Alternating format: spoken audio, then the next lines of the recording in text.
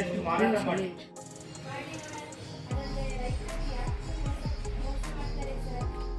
ನಮಗೆ ಮೋಸ ಮಾಡಿ ನೋಡೋಣ. ಅಲ್ಲದೆ ರೈತರು ಯಾಕೆ ಮೋಸ ಮಾಡ್ತಾರೆ ಸರ್? ಈವರೆಗೂ ಅಂತದನ್ನ ನಾನು ನೋಡೇ ಇಲ್ಲ. ಕೆಲಸ ಮಾಡ್ತೀವಿ, ನೀವು ಇಲ್ಲೇ ಇರಿ, ಊರಿಗೆ ಹೋಗಿ ಪೆಟ್ರೋಲ್ ತಂದು ಕೊಡ್ತೀನಿ ಅಂತ ನಾನು ಅಷ್ಟೇ. ಸದ್ಯಕ್ಕೆ ಮಳೆ ಬರುತ್ತಿರಲಿಲ್ಲ.